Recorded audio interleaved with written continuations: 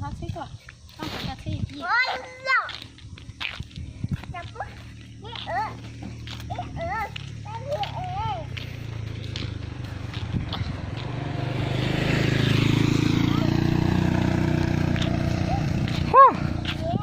干嘛去啊？是假吗？ tí xe con bố này gần xưa thì nhà sao tí này vào thì là làm sao? thì con bố xe nè Bài đứt chính đó. Thấy được rồi. được yên nè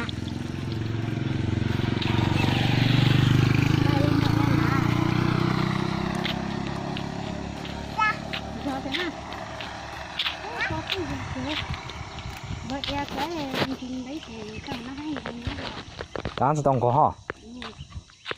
Bao giờ yếu to hả? Bảo bao giờ giá to giá thì đi cả. Nó ấy kéo lắm chứ. Bao giờ tay thì sao nó rồi đấy? Được pháp rồi vậy. Có cơ ấy chính là có cơ giờ phân được khó làm chuẩn được không đây rồi. Khó gì có? Đủ khó có thở không vậy à? Hay là có thể là có tuần thôi đâu thì đợi này sao mà.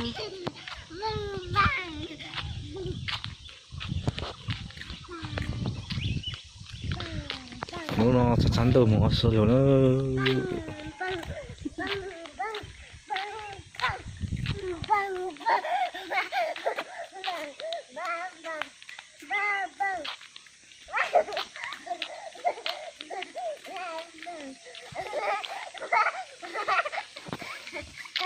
chắc là sẽ phăng hả này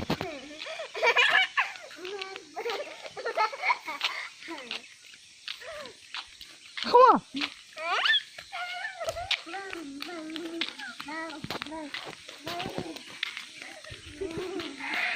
Quay sang đi rồi. Nó cho lên nữa nè.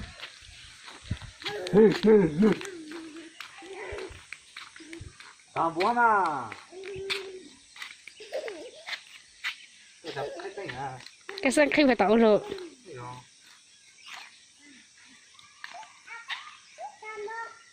hả?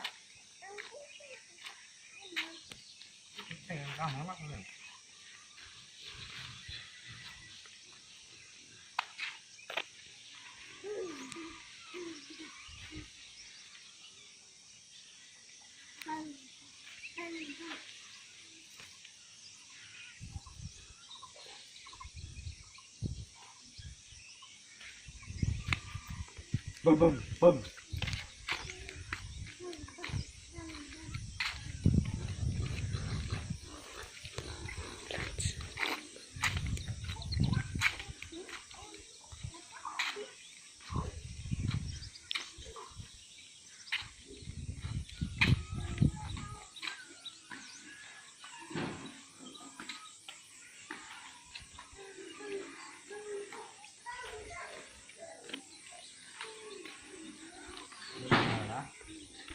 Cái nít tàu ạ. Ơi, em lấy nước đấy nha. Vâng.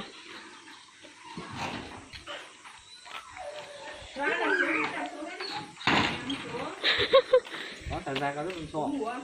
Ô, ta xa. Quá lỡ. Chút dễ à? Ôi, chết luôn chứ này. Ôi, chết luôn rồi.